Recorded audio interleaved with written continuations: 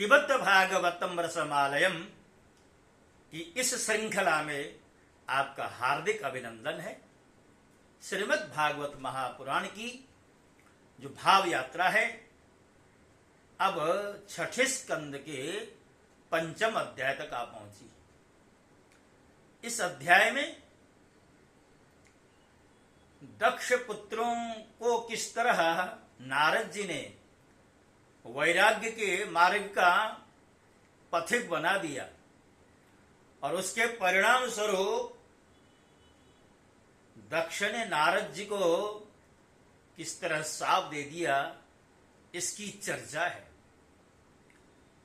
तो सुखदेव जी कहते हैं, परीक्षित, भगवान के द्वारा वरदान प्राप्त जो दक्ष है उनको बड़ी शक्ति प्राप्त हुई, तो उन्होंने पंचजन की पुत्री असिग्नि से विवाह किया, क्योंकि भगवान नारायण का निर्देश था कि आप पंचजन की पुत्री असिग्नि से विवाह करें और उन्हीं से मैथुनी सृष्टि के माध्यम से आप प्रजा का विस्तार करें, सृष्टि का विस्तार करें। तो दक्ष ने असिग्नि के गर्भ से 10,000 पुत्र उत्पन्न किए, जिन पुत्रों के का जो नाम था एक ही नाम था, हर्यश्व। पुत्र थे 10,000, नाम एक था। जिस तरह प्राचीन बरही के पुत्र थे 10, किंतु उन सब का संयुक्त नाम था प्रचेता। तो ये हर्यश्व नाम के जो पुत्र थे सबके सब जो है एक ही स्वभाव के और एक ही आचरण वाले थे। अब दक्ष की तो यही इच्छा थी कि मेरे पुत्र गृहस्थ में प्रवेश करें, विवाह के पश्चात संतानोत्पादन का जो कार्य हमारे लिए अभीष्ट है उसको आगे बढ़ाएं। उन्होंने पुत्रों को आज्ञा दी। उनके जो पुत्र हैं विवाह से पूर्व तपस्या करने के उद्देश्य से पश्चिम दिशा की ओर चले गए। अब देखिए, पश्चिम दिशा में सिंधु नदी और समुद्र के संगम पर नारायण सर नाम का एक महान तीर्थ है और बड़े बड़े मुनि और सिद्ध पुरुष वहां निवास करते हैं। नारायण सर में स्नान करते ही दक्ष के जो 10,000 पुत्र हैं, जिन सब का संयुक्त नाम है हर्यश्व, उन सब का अंतःकरण शुद्ध हो गया। उनकी बुद्धि भागवत धर्म में लग गई। पिता की इच्छा थी गृहस्थ में प्रवेश करें, नारायण सरोवर में जाकर के स्नान करते ही बुद्धि शुद्ध हो गई, अंतःकरण शुद्ध हो गया और भागवत धर्म में उनकी बुद्धि लग गई। फिर भी अपने पिता दक्ष की आज्ञा में बंधे होने के कारण वे उग्र तपस्या करते रहे। जब देवर्षि नारद जी ने देखा, अब देखिए हर्यश्वों का विचार था कुछ काल तक तपस्या करके पुनः गृहस्थी की ओर लौटा जाए, किंतु ऐसा संयोग बना कि देवर्षि नारद जी ने उन हर्यश्व पुत्रों को देखा और मन में विचार किया, नारायण सरोवर में स्नान के पश्चात इनकी बुद्धि भागवत धर्म में लग तो गई है, किंतु इनके मन की इच्छा गृहस्थ में प्रवेश करने की है। प्रजा वृद्धि के लिए ही मानो ये तत्पर हैं। तो नारद जी ने उनके पास जाकर के कहा कि अरे हर्यश्व, तुम प्रजापति दक्ष के पुत्र हो तो क्या हुआ, वास्तव में तुम लोग मूर्ख ही हो। बतलाओ तो जब तुम लोगों ने पृथ्वी का अंत ही नहीं देखा तब सृष्टि कैसे करोगे? तुम कहां रहते हो? ये जो पृथ्वी, इसकी विशालता क्या है? अर्थात पृथ्वी एक छोर से दूसरी छोर तक कितनी बड़ी है, इस धरती में क्या कुछ है, इसकी जानकारी के बिना तुम सृष्टि में प्रवृत्त होना चाहते हो? बड़े खेद की बात है, बड़े आश्चर्य की बात है। अब देखिए, नारद जी ने हर्यश्वों से यहां कुछ कूट प्रश्न किए। नारद जी कहते हैं, देखो, एक ऐसा देश है जिसमें एक ही पुरुष है और एक ऐसा बिल है जिससे बाहर निकलने का रास्ता ही नहीं है। एक ऐसी स्त्री है जो बुद्धि रूपिणी है और एक ऐसा पुरुष है जो व्यभिचारिणी का पति है। एक ऐसी नदी है जो आगे पीछे दोनों ओर बहती है। एक ऐसा विचित्र घर है जो 25 पदार्थों से बना है। एक ऐसा हंस है जिसकी कहानी बड़ी विचित्र है। एक ऐसा चक्र है जो छुरे एवं वज्र से बना हुआ है और अपने आप घूमता रहता है। मूर्ख हर्यश्वों, जब तक तुम लोग अपने सर्वज्ञ पिता के उचित आदेश को समझ नहीं लोगे और इन उपर्युक्त वस्तुओं को देख नहीं लोगे, तब तक उनकी आज्ञानुसार सृष्टि कैसे करोगे? सुखदेव जी कहते हैं, राजन, हर्यश्व जन्म से ही बड़े बुद्धिमान थे। देवर्षि नारद जी की ये जो पहेली थी, नारद जी ने कहा ना, एक ऐसा चक्र है, छोरे और वज्र से बना है, आखिर वह क्या है? एक ऐसा बिल है जहां अंदर प्रवेश के बाद बाहर निकलना नहीं होता, इत्यादि जो कूट प्रश्न अभी अभी किए हैं, ये पहेली एक तरह से। तो इसकी गूढ़ता के बारे में विचार करने लगे। हर्यश्व ने कहा, नारद जी कहते तो सच ही हैं। ये जो लिंग शरीर है ना, जिसे जीव कहते हैं, यही तो पृथ्वी है और यही आत्मा का अनादि बंधन है। इसका अंत अर्थात विनाश देखे बिना मोक्ष के अनुपयोगी कर्मों में लगे रहने से क्या लाभ है? अर्थात पृथ्वी, ये जो शरीर है ना, उसको पृथ्वी की संज्ञा, और ये शरीर नाशवान है। जब तक हम शरीर की नश्वरता के बारे में समझे नहीं, तो फिर अनुपयोगी कर्मों में लगे रहने से कोई लाभ नहीं है। हर्यश्व ने कहा, सचमुच ईश्वर तो एक ही है। वह जागृत आदि 3 अवस्थाओं और उनके अभिमानियों से भिन्न उनका साक्षी तुरीय है, वही सबका आश्रय है, परंतु उसका आश्रय कोई नहीं, वही भगवान है। उस प्रकृति आदि से अतीत नित्य मुक्त परमात्मा को देखे बिना भगवान के प्रति असमर्पित कर्मों से जीव को क्या लाभ हो सकता है? नारद जी ने कहा था ना, वो पुरुष कौन है? भगवान ही तो है। जैसे मनुष्य बिल रूप पाताल में प्रवेश करके वहां से नहीं लौट पाता, वैसे ही जीव जिसको प्राप्त होकर फिर संसार में नहीं लौटता, जो स्वयं अंतर्ज्योति रूप है, उस परमात्मा को जाने बिना विनाशवान स्वर्ग आदि फल देने वाले कर्मों को करने से क्या लाभ? अर्थात भगवान के चरणारविंद ही वो बिल हैं जहां पहुंचने के बाद मनुष्य लौटता नहीं है, किंतु भगवान के चरणों तक पहुंचने का प्रयत्न तो करे।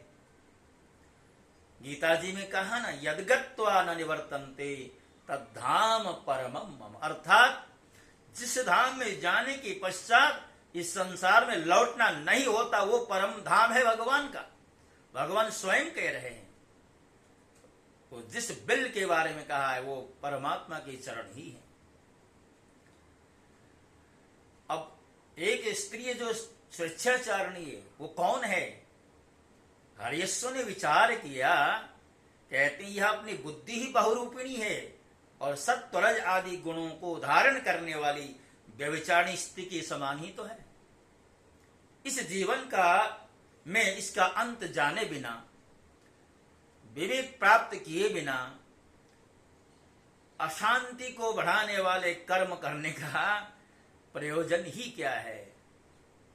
नारद जी ने प्रश्न करके एक तरह से उन्हीं को सोचने में विवश कर दिया है और स्वयं अपनी बुद्धि से उसका उत्तर भी एक एक करके बतलाते जा रहे हैं।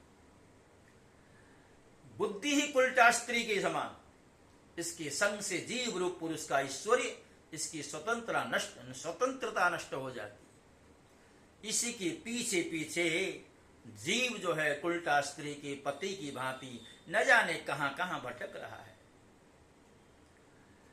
इसकी विभिन्न गतियों अर्थात इसकी चालों को जाने बिना विवेक रहित कर्मों से क्या प्रयोजन?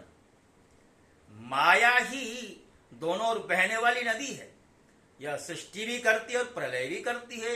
जो लोग इससे निकलने के लिए तपस्या विद्या आदि तट का सहारा ले लगते हैं, उन्हें रोकने के लिए क्रोध अहंकार आदि के रूप में वह और भी वेग से बहने लगती है।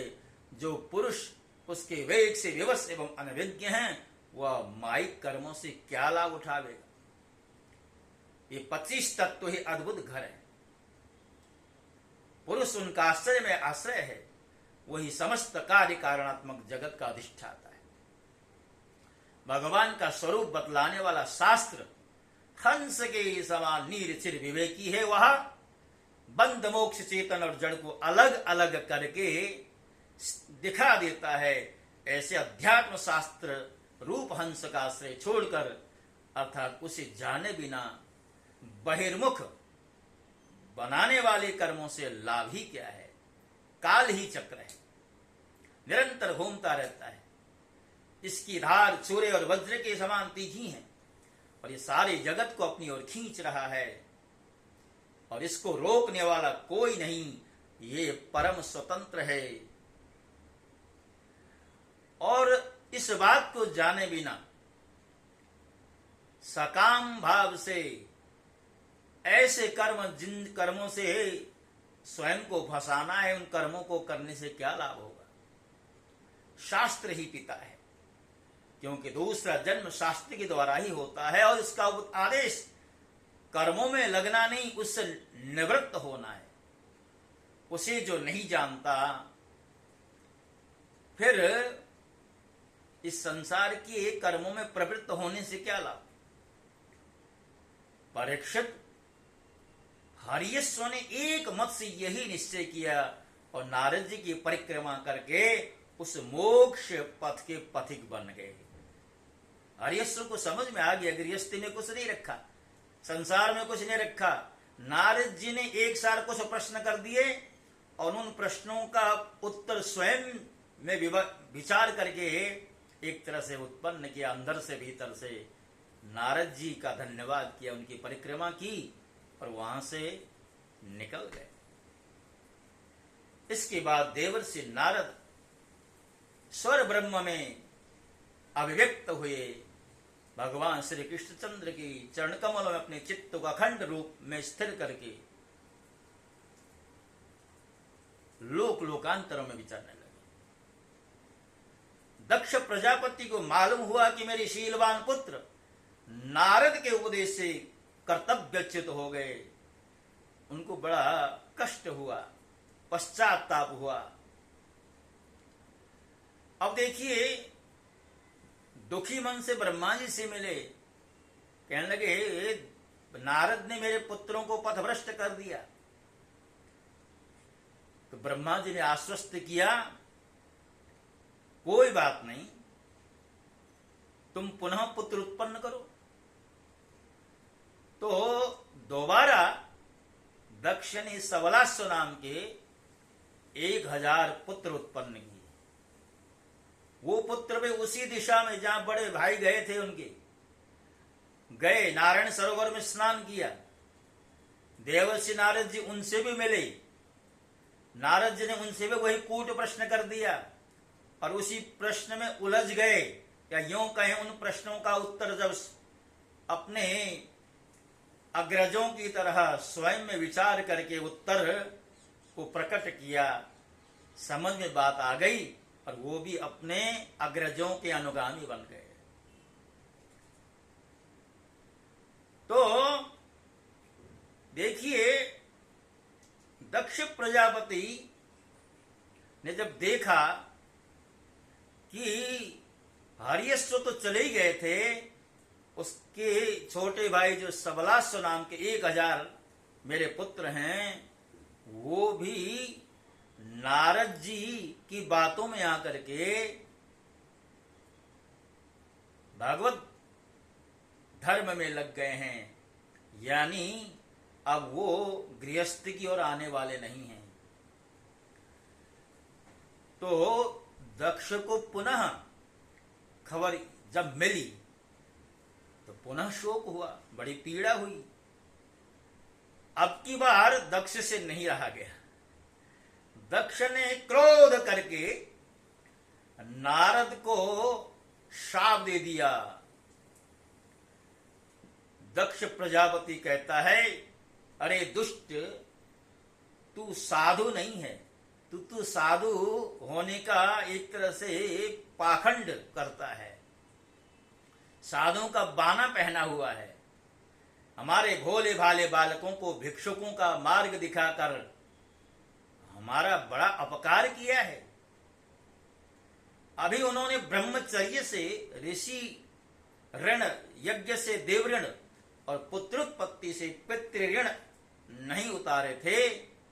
उन्हें अभी कर्मफल की नश्वरता के संबंध में कुछ विचार नहीं था, परंतु तूने उनके दोनों लोकों का सुख चौपट कर दिया।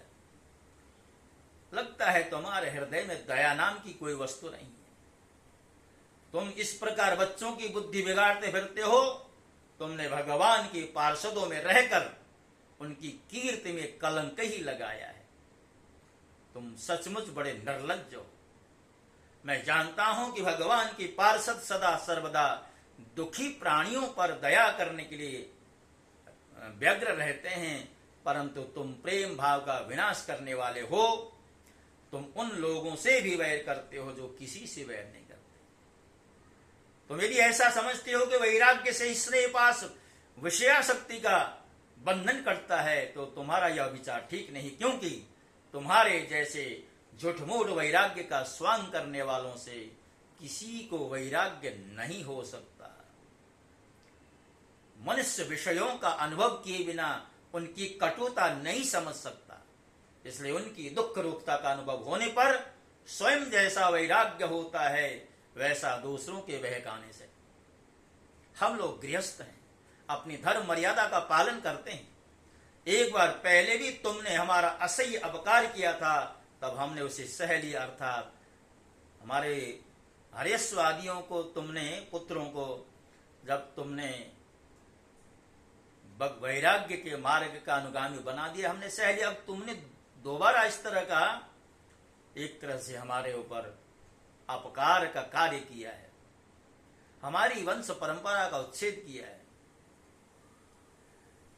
तो यहां पर दक्ष ने नारद से कहा है कि तुम बार बार घर घर में जाकर के लोगों को बहलाते फुसलाते हो, इसलिए जाओ, मैं तुम्हें शाप देता हूं कि तुम इसी तरह घूमते रहो, भटकते ही रहो, एक जगह कहीं टिको नहीं। और जहां टिके नहीं कि कोई न कोई ऐसी बातें कर देती हो कि व्यक्ति तुम्हारे बहकावे में आ जाता है। तो नारद जी को शाप दे दिया है कि तुम एक जगह कभी ठहरोगे। सुखदेव जी कहते हैं, परीक्षित, संत शिरोमणि देवर्षि नारद ने बहुत अच्छा कहकर दक्ष का शाप स्वीकार किया। संसार में बस साधुता इसी का नाम है कि बदला लेने की शक्ति रहने पर भी दूसरे का किया हुआ अपकार सह लिया जाए। नारद जी को शाप मिल गया, किंतु नारद जी ने इस बात का विचार नहीं किया कि दक्ष ने मुझे शाप दे दिया है। ये साधुता होती है। प्रायश साधवलोके परिर्द्वंदेषु योजिता न व्यथन्ति न रिष्यन्ति। प्रथम स्कंद में है ना, 19वें अध्याय में, जब 18वें अध्याय में जब शमीक ऋषि के पुत्र श्रृंगी ने परीक्षित को शाप दे दिया, तो ये खबर मिली मेरे पुत्र ने राजा को शापित कर दिया है। उन्हें अच्छा नहीं लगा। उन्होंने कहा, पुत्र तुमने राजा को शाप देकर के अच्छा नहीं किया।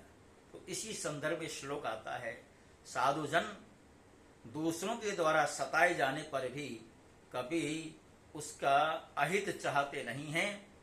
तो नारद जी को शाप तो मिल गया, लेकिन उन्होंने कोई प्रतिक्रिया नहीं, बल्कि भगवान का ही धन्यवाद दिया। अगले अध्याय में अब पुत्र तो चले गए गृहस्थ छोड़ करके, वैराग्य मार्ग के पथिक बन गए। तो दक्ष के द्वारा 60 कन्याएं उत्पन्न होंगी और उन्हीं कन्याओं के द्वारा ये सारी दुनिया, सारा जगत जो है सृष्टि से लबालब भरने वाला है। ये प्रसंग 6ठे अध्याय में आपके समक्ष रखा जाएगा, जो अगली श्रृंखला में आपसे इसके बारे में हम चर्चा करेंगे। तब तक के लिए आपसे मैं विदा होता हूं, और बस जैसा कि बार बार मैं आपसे निवेदन करता हूं, मैं देख रहा हूं पिछले कुछ दिनों से बहुत अच्छा रिस्पॉन्स हमारे इस प्रयास का मिल रहा है। सब्सक्राइबर भी निरंतर बढ़ रहे हैं, व्यूअर्स बढ़ रहे हैं, और इस संकल्प को और आगे बढ़ाने में आपका सहयोग चाहिए। मेरे इस चैनल को सब्सक्राइब कर दीजिए शास्त्रीय प्रेम नारायण के नाम से, और लाइक का भी बटन दबा दें। तो मैं समझता हूं आप मेरी इस यात्रा के एक तरह से सहयात्री बनेंगे, मेरा उत्साह वर्धन करेंगे। आपसे विदा होता हूं। जय श्री कृष्ण। ओम नमो भगवते वासुदेवाय।